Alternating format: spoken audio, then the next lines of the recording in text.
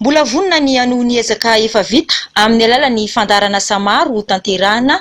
Io no ampetin-dresaka ny kandida filoham-pirenena natolotra ny antoko HVM Hera Rajaonarimampianina laharana 12 nandritra ny fionany tamin'ny vahoaka eto amin'ny distrikany Befandriana Avaratra. Efa mitsangana ny fototra, efa mitsangana ny rindrina, efa manafo isika izao. Ary izany indrindra ny atsopanao amin'ny androany ity.